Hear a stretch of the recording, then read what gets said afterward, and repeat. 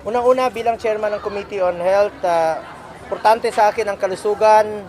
Ang katumbas po ng kalusugan ng bawat isa ay katumbas po yan ng buhay ng bawat Pilipino. Pangalagaan po natin ang ating kalusugan.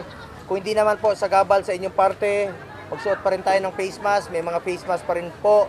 At nasanay naman tayo mag-face mask noong unang panahon. For 3 years tayo nagpe-face mask. Bakit hindi tayo bumalik uli? Pero voluntaryo lang naman po ito.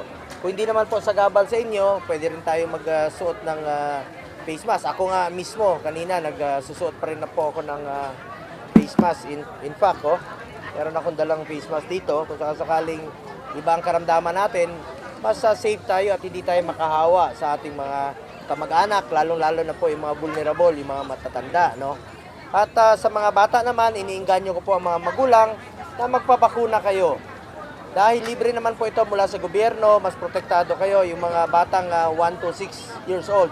Sila po ang kadalasan na nagkakasakit nitong tinatawag na pertussis, no?